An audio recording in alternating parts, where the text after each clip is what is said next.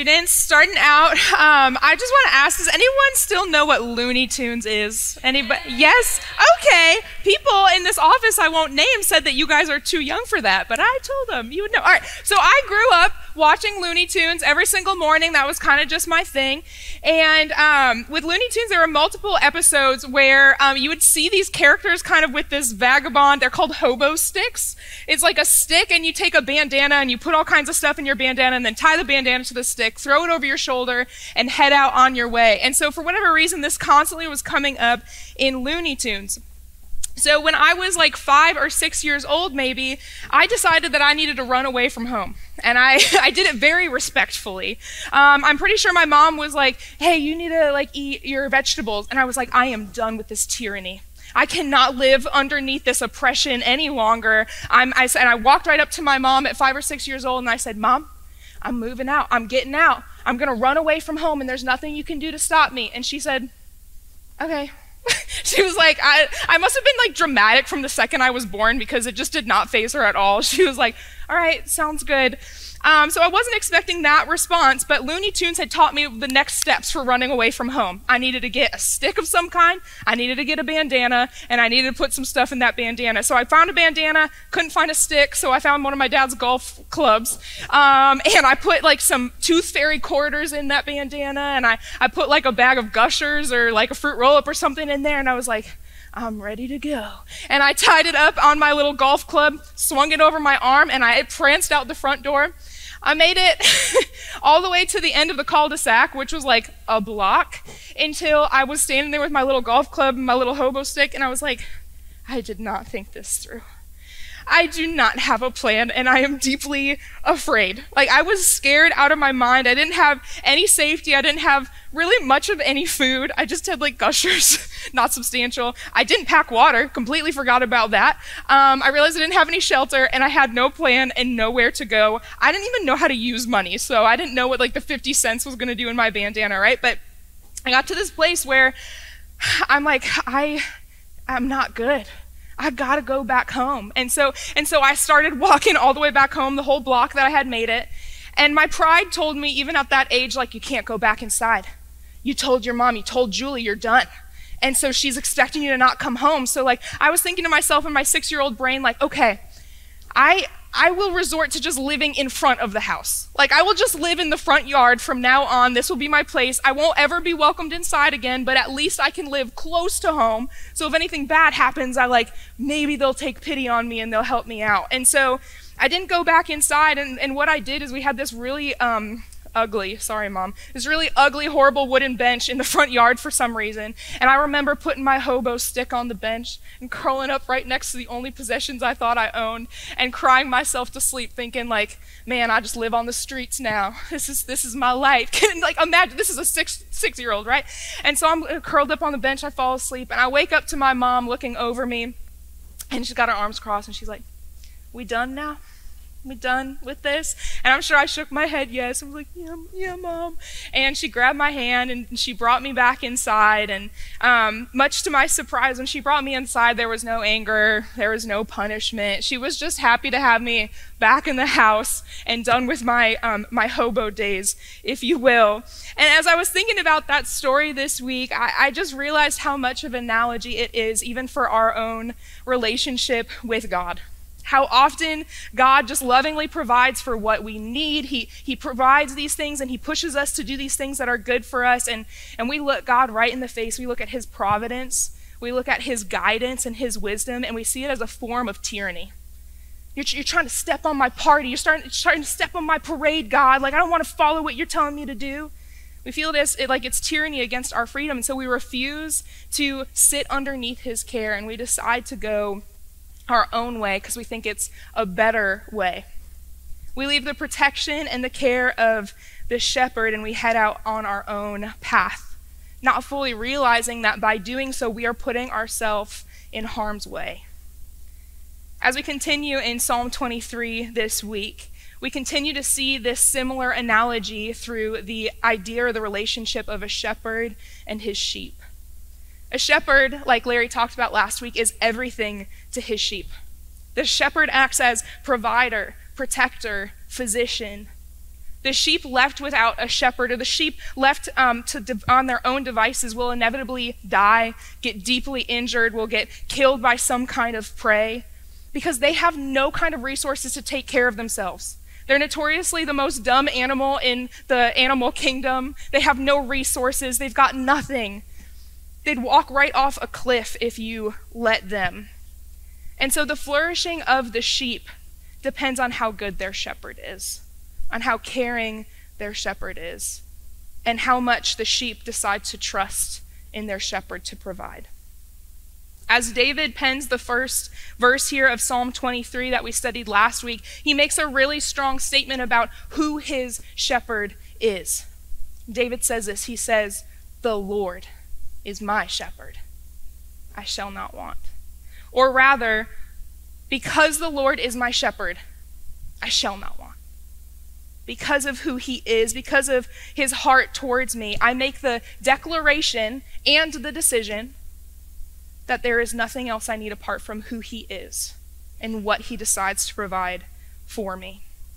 This is a really simple line, a really simple one-liner, but it's also a deeply profound thesis statement that David sets up for what the rest of the psalm is going to be. The Lord is my shepherd, I shall not want. And as we look through the next verses in this psalm, specifically tonight we're going to be looking at just verses 2 and 3. David is going to now kind of tell us why this statement is true. He's going to continue to flush that out for us. And this is what he says, Psalm 23, 1 through 3. "The Lord is my shepherd, I shall not want, because he makes me lie down in green pastures, because he leads me beside still waters, because he restores my soul. He leads me in paths of righteousness for his name's sake." David's first point here is that he needs nothing because his shepherd makes him lie down in green pastures. Makes him lie down in green pastures. Now that word makes, I feel like should catch our attention, because as sinful, independent, prideful humans, we don't want anyone to make us do nothing, right? That's just like in our nature. This idea of being made to do anything against what we choose to do for ourselves just frustrates us beyond belief. It just gets under our skin. And it's that same friction point that I had as a 6-year-old even that made me say, "Mom, I'm done. I don't care about everything you provide for me up to this point. I'm not eating those vegetables. I'm taking to the road." We want to be able to do what we want to do, when we want to be able to do it, how we want to be able to do it, and we don't want anybody else to tell us how we should and when we should do a thing. I practiced that a lot this week. Thank you. Even if that thing is leading us to danger, even if that thing is causing great harm to us. So we chase after drugs, alcohol, acts of sexual immorality. We don't eat well. We don't drink enough water. We spend our money on really dumb stuff. We stay up late scrolling on social media. We don't get our 8 hours of sleep in. We surround ourselves with poor friendships. And the list goes on and on and on and on of all the things that we are doing that are harming us. But we're happy to do them because at least I made the choice to do it. It's my choice. It's my freedom. It's my independence. And we don't really tend to care how damaging those things are to us. And the world calls that good. The world calls it freedom. The world is a really bad shepherd. The world's a bad shepherd that wants to lead you to destruction. It's a bad shepherd that doesn't care about what damage is done to you. It doesn't care about the consequences. It just wants to tell you, you do you, as long as you don't listen to God. And it will be happy to see you slip into dehydration and sleep deprivation and disease and mental illness and overall physical and spiritual burnout because it doesn't care about you. But that's not how the good shepherd responds. It's not how a good shepherd responds to his sheep. A good shepherd knows that the sheep left to their own devices will jump straight off a cliff. They will not feed themselves. They can't find water for themselves. They cannot defend themselves. And so out of love, the good shepherd makes his sheep lie down, makes his sheep find rest. And as we read this psalm, it says that the shepherd will make them find rest in dark, desolate, horrible, uncomfortable places.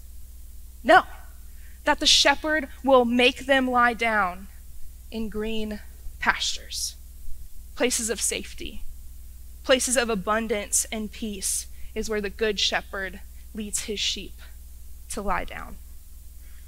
Larry asked the question last week, who is your shepherd? Or in other words, who are you allowing to lead you and shepherd you? And I think that we can tell who our shepherd is based on our state of rest. And I'm not talking about rest as in like physical sleep, how much Netflix you can get in a day, hanging out with the family, going on vacation. I'm not talking about those kinds of forms of worldly rest. I'm talking about a true deep rest in your inner being.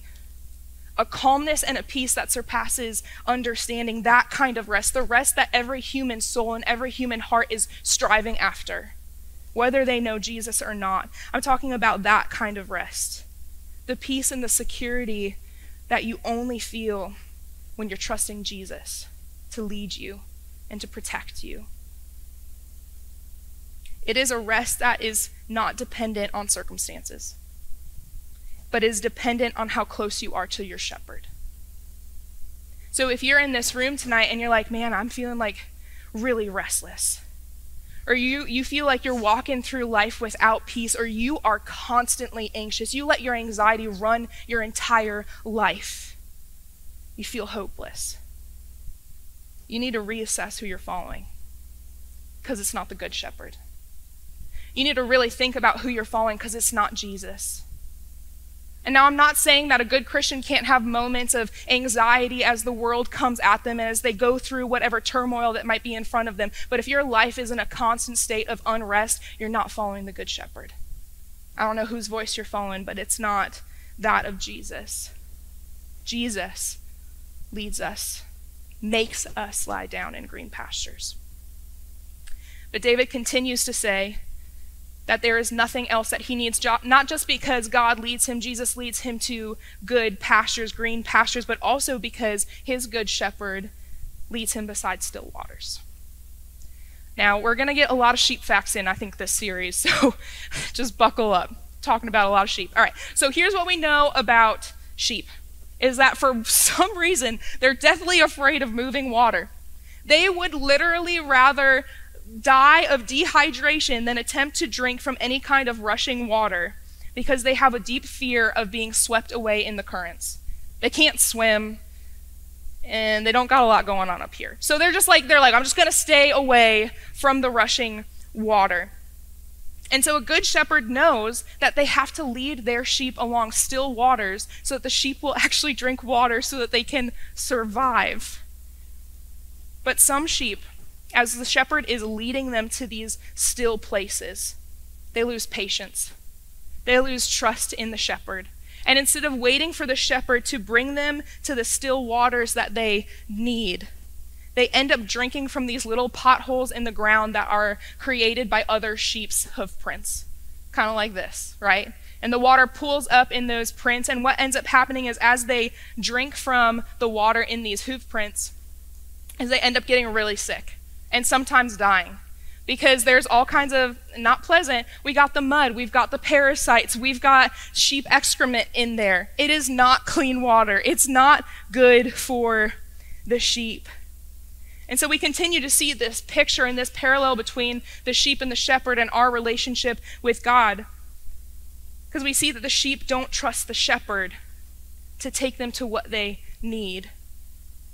And so they end up going their own way and causing more damage. Not only do they cause damage, but they remain thirsty. They bring further harm to themselves. And I imagine it must be so painful for shepherds to watch their sheep do this. As the shepherds they've painstakingly figured out how to lead the sheep, and they've painstakingly figured out where the calm waters are and where the clean waters are, to see the sheep just not trusting the shepherd. To see the sheep going to these diseased and dirty potholes for water. I think about how much more painful it must be for God as our shepherd to see us do the same thing over and over and over again. Instead of trusting him, we end up drinking from all of these diseased, muddied potholes that the world provides for us, when the clean, still waters that God has are right in front of our faces. We just refuse to drink from it. We just refuse to trust him. We read God's heartbreak in verses like Jeremiah 2:13. He says this. He says, "For my people have committed a double evil. They have abandoned me."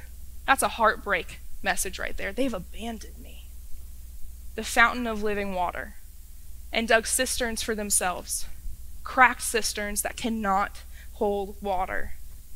It's a devastating image that we see here, that humanity from generation to generation to generation has tried to quench our thirst, has tried to find satisfaction by consuming all kinds of other things except for the Lord.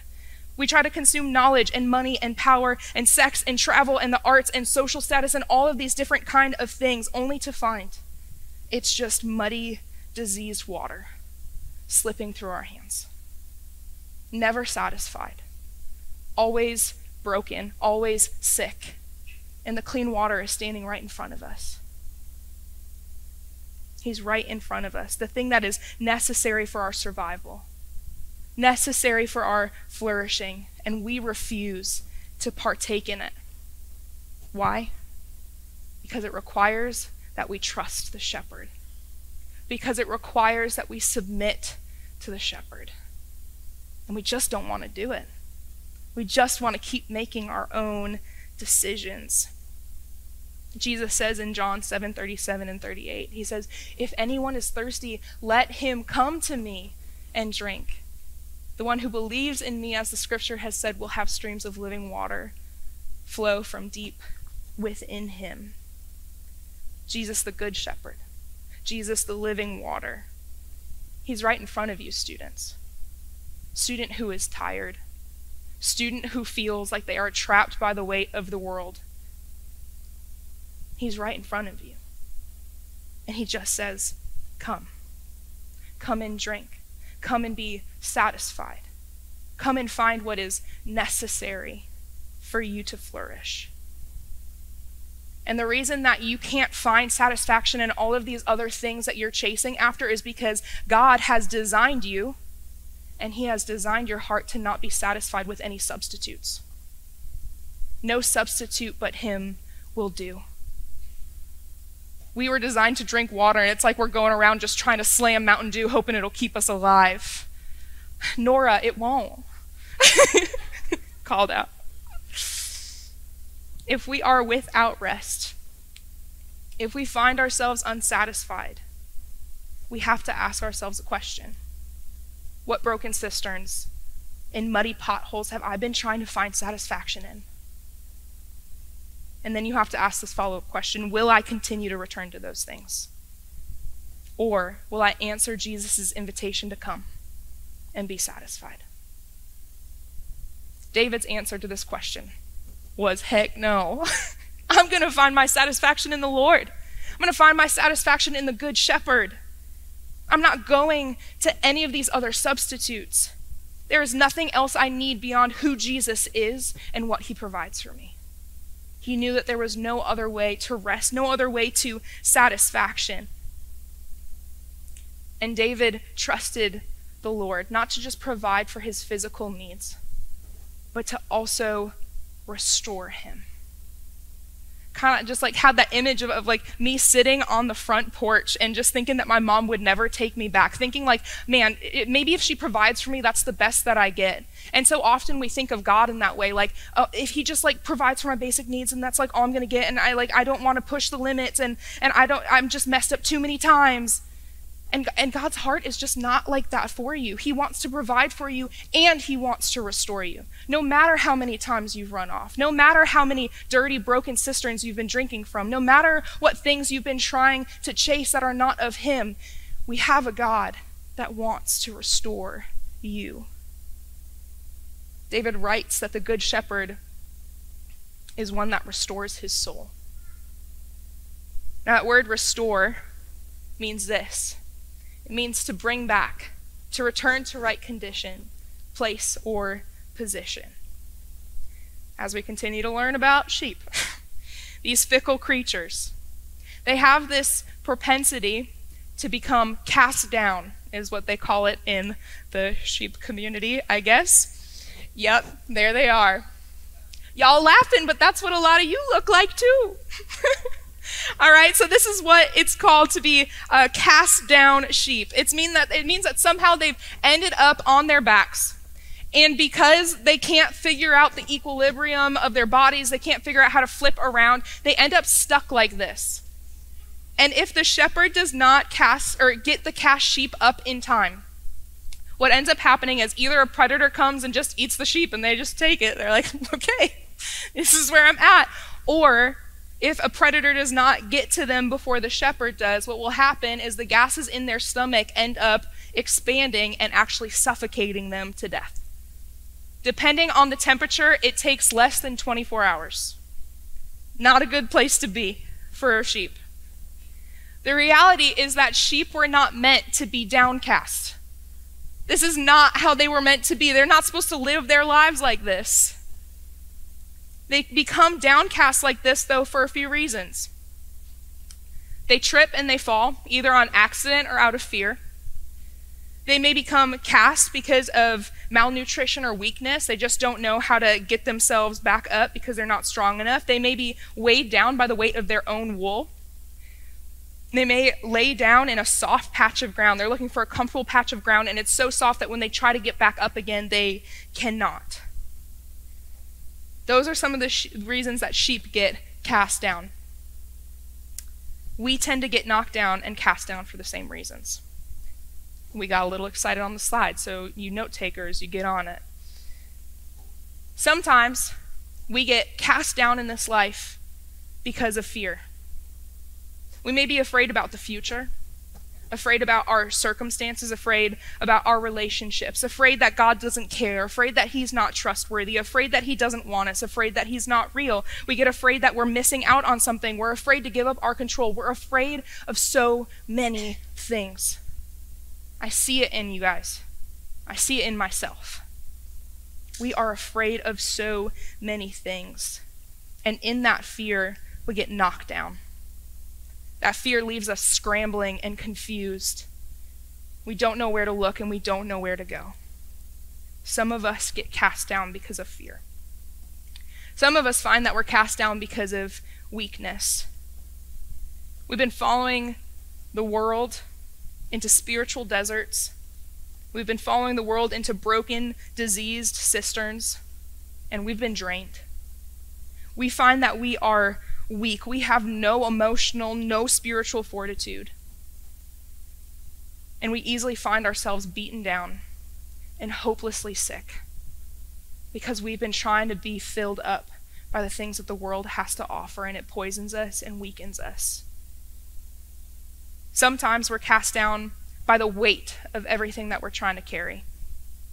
Our possessions, our pride, our worldly ideologies, our image perception, whatever it is, we're trying to carry so many things in our lives that God never designed for us to carry. And so we get weighed down and we get knocked on our back and we can't figure out how to get back up. And still sometimes we're cast down, and this one was really convicting for me this week, because we make comfort the goal of our life. We've taken the comfortable and the easy way out so many times. We've made comfort the goal, that when difficult situations come in, we instantly freak out. We start to think, man, God isn't here. God doesn't love me. God doesn't know where I'm at. He doesn't know what I'm struggling with. I can't figure out how to get out of that. And we start getting real freaked out, because as soon as we're uncomfortable, we do not know what to do with ourselves. Regardless of what has some of you cast down in this room tonight, often our first response when we find ourselves in that situation or in that position, we try to fight with all of our own strength to get back up on our feet. We try to pull ourselves up by our bootstraps to try to just keep trudging through life. And we just kind of think, well, like, if I just get through this, then maybe like things will get better. But all we end up doing is just flailing about, looking ridiculous. And we get frustrated and we get scared and we get tired because we come to find that we can't figure it out on ourselves. We can't piece back together all the broken parts of our life on our own. And so I think some of us, I kind of just have an image of some of you just looking like that cast sheep, and I know it looks ridiculous, but you've just kind of like given up. You're like, oh, this is just what life looks like now. I'm a teenager and my parents got divorced and grandma died and, like I can't get over my anxiety and my depression and like had sex with my girlfriend a ton of times. So like that's gone. And you've already made all these mistakes or gone through all of these horrible life things. And so you're just like a sheep on your back. And you're like, this is just my life now. Can't get up. It's never going to change. I can never fix this. The truth is, when we find ourselves in those spaces, when we find ourselves in those seasons, we don't need our own strength. We need the strength of the shepherd. We need to rely on the shepherd to come pick us up and restore us. We can't restore ourselves. We can't restore ourselves. Some of y'all have been fighting so hard to restore yourself. Been keeping quiet in small group. You've been keeping quiet about everything that's going on in your life because you're just thinking, I can piece it back together before anyone knows. You can't do it. You will never be strong enough to restore yourself because the shepherd is the only one who can do that. The shepherd is the only one strong enough to pick us back up. He's the only one with the ability to cut out the weight of the sin and the shame that we've accumulated in our life. He's the only one who knows the difference between what we need and what we think we need. He's the only one who knows how to lead us to green pastures and to still waters. But more than that, he's the only one who knows how to restore our souls. And I think it's one thing if you have a shepherd that feels like it's his duty, like I have to do this because I paid a lot of money for these sheep and like, they're so annoying. But that's not how God views us when we're cast down.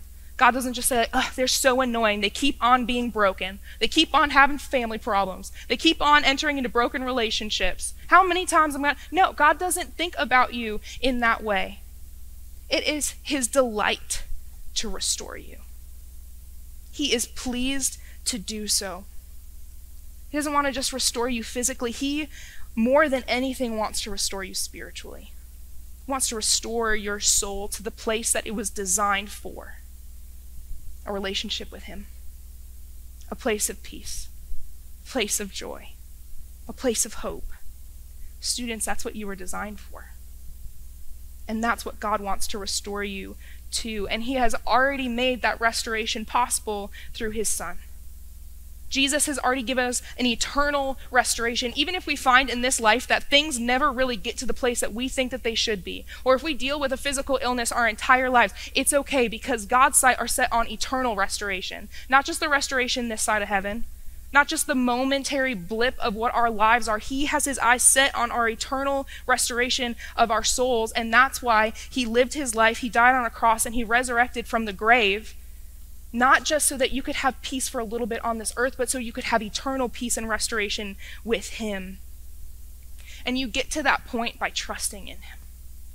You get to that point by believing in him, believing that he wants to provide for you daily, believing that he wants to restore you eternally as you follow him.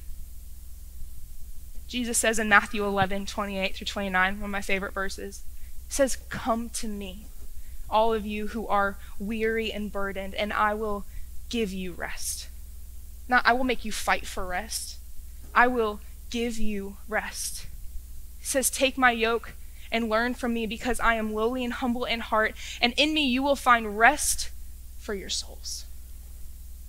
Rest for your souls. Students, if you desire rest, here's the requirement. Come to Jesus. Come to Jesus and then let him do the heavy lifting. Let him do the protecting. Let him do the leading. Let him do the healing. Your job is to come. His job is to do the rest because he's the good shepherd who is strong enough to do so. We can trust him to lead us to the right paths because his goodness towards us is not dependent on us. Not dependent on our merit. His goodness towards us is only dependent on his own desire for his own glory. Does that make sense? Do you hear that? David says it like this. He says, he leads me in paths of righteousness. He leads me on the right path for his name's sake. Not for your name's sake, for his name's sake. 2 Timothy 2:13 puts it this way. It says, if we are faithless, God remains faithful because he can't deny himself. Because God's goodness is dependent on his glory and not dependent on our own goodness towards him. We can wholeheartedly trust that no matter what we do, no matter how far we wander, no matter how broken we are, that God will continue time and time and time and time again to lead us down the right paths. Will continue to lead us to green pastures, will continue to lead us to still water every single time, because it's not about you. It's about him. It's about his glory. It's about his goodness.